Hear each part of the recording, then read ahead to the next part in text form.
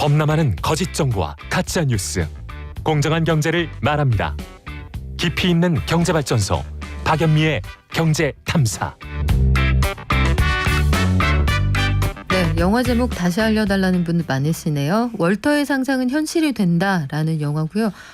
관련 의견 많이 주십니다. 웅별이님, 동일노동 동일임금이 기본이 되어야 하지 않겠습니까? 비에나님, 기업은 절대 해고 후 충원하지 않습니다.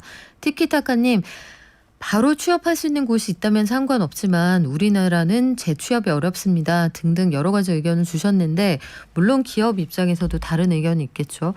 우리가 대선 캠페인 중에 들을 수 있는 혹은 듣고자 하는 심도 깊은 논의는 바로 이렇게 먹고 사는 문제와 직결된 것들이 아닐까 싶은데, 최근의 상황을 보면 좀 안타깝기도 합니다. 자, 제주도 현안을 오늘은 얼룩소의 산디님이 가져오셨는데요. 우리 일단 인사 먼저 할까요? 얼룩소의 에디터 산디님 오셨습니다. 안녕하세요. 안녕하세요. 제주도 하면 뭐 삼다도 이거 굉장히 오래된 레토릭입니다. 그런데 최근에는 하나가 더 늘었다고 해요. 최근에 어떤 게 늘어서 오늘 이 주제를 가져오신 거죠?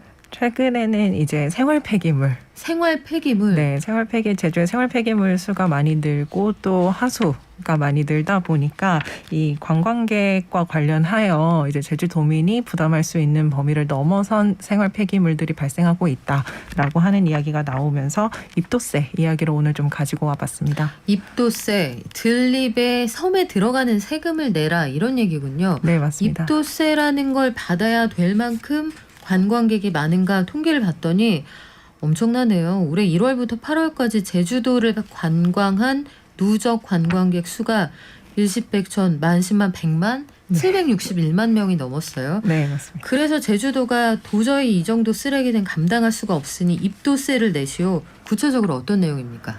입도세라 하면은 이제 말씀하셨던 것처럼 제주도에 들어가기 위해서는 일종의 추가적인 세금을 내어라라고 하는 것인데요. 뭐 제주의 관광 자원을 보전하기 위한 목적의 세금을 추가로 징수하겠다라는 생각으로 보시면 되겠습니다. 민주당에서 대선 후보 경선 과정에서도 제주도 입도세 이야기가 나왔었고 당시에도 좀 찬반이 갈렸던 이슈이기는 합니다. 소프라이즈에서도 입도세가 그래서 도대체 왜 나왔고 네. 이게 타당한 정책인지에 대해서 검토를 요청하는 질문을 좀 던져본 적이 있었습니다. 그래요. 이번에 그 국민의힘에서도 대선 주자 간 경선 토론회를 하는데 여기에서 입도세 나는 찬성이요 반대요 입장들을 밝히더라고요. 네. 말씀하신 것처럼 입도세 얘기가 처음 나온 게 아닌데 역사가 어떻게 됩니까? 입도세의 사실 정식 명칭은 환경보전기여금입니다. 이게 1995년부터 국무총리실에서 지방재정을 추가로 발굴하기 위한 목적으로 검토되었던 적이 있고요. 이후에도 꾸준히 이제 담론은 조금씩 이어져 왔지만 추진력을 딱히 크게 얻지는 못하고 있다가 2018년에 한국지방재정학회에서 연구 용역으로 환경보전기여금을 그러면 구체적으로 어떻게 설계할 수 있을까에 대한 안을 조금 내놓은 적이 있었습니다.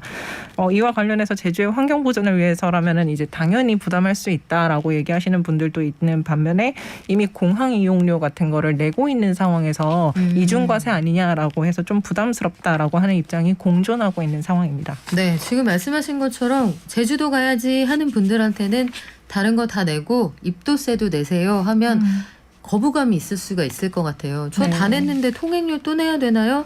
그런데 제주의 환경에 관광객들이 어느 정도 영향을 미치고 있느냐 이걸 설명해야 네. 이 입도세에 대해 동의가 될 것 같거든요. 네, 맞습니다. 그래서 일단 얼룩소 소프라이즈 선정 답변 같은 경우에는 앞서 조금 말씀을 드렸었던 생활 폐기물의 규모와 하수 처리량 같은 것들을 확인을 하는데요.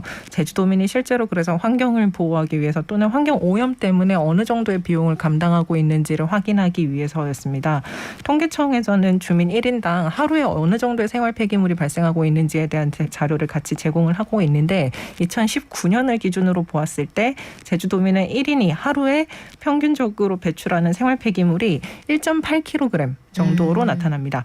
이게 전국에서 가장 많은 양이거든요. 아, 그래요? 네, 서울과 부산, 인천 같은 경우에는 하루 평균 1kg 정도를 배출을 합니다. 그래서 제주도에서가 1.8배 정도의 생활 폐기물이 추가적으로 발생하고 있다라고 생각을 하시면 되겠고요. 이야기고요. 이게 2019년 한 해 동안의 이야기가 아니라 근 10여 년간 계속 꾸준히 이런 추세가 보이고 있습니다.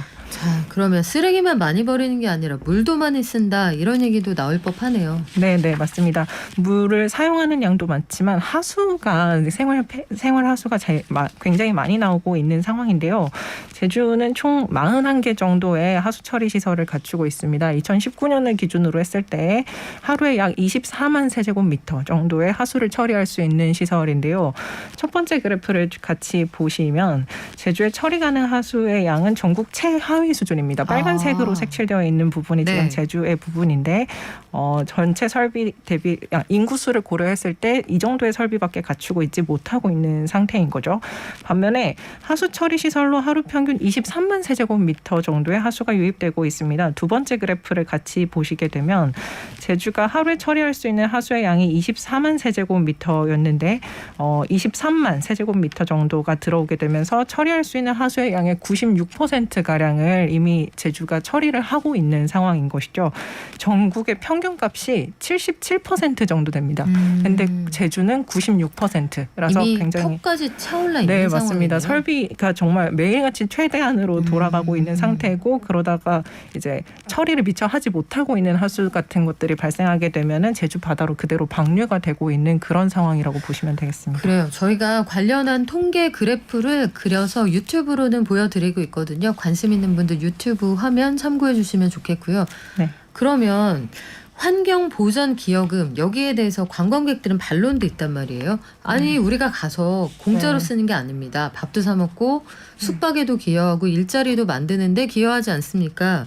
그런데 거기에서 충당할 수는 없나요? 이런 질문이 하나 있을 수 있을 것 같고 환경보전기여금 입도세를 부과한다라고 하면 구체적으로 방식이 마련이 돼야 될 텐데 네. 이 두 가지에 대해는 어떻게 답변하면 좋을까요? 환경보전기여금은 이제 목적을 구체적으로 가지고 있는 형태의 세금이기 때문에 환경을 보전할 목적으로만 사용하는 추가적인 예산 편성이 필요하다라는 차원에서 사용하고 있는 것이라서 다른 이제 뭐 거기에서 관광을 네. 하시면서 발생하는 여러 가지 세금들과는 조금 다른 이야기가 될 수 있을 것 같고요.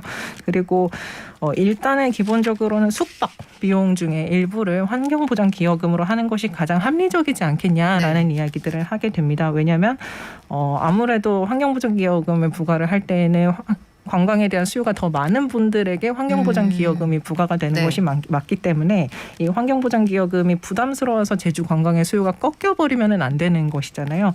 그러다 보니 숙박 비용의 일부를 환경보전기여금으로 편성을 하게 되면은 그만큼 더 탄력적으로 환경보전기여금을 가져올 수 있지 않겠느냐라는 제안들을 해볼 수 있을 것 같습니다. 네, 그런 부분들이 현실적인 대안이 될 수 있을 것 같네요. 지금까지 얼룩소의 에디터 산디님이었습니다. 고맙습니다. 감사합니다.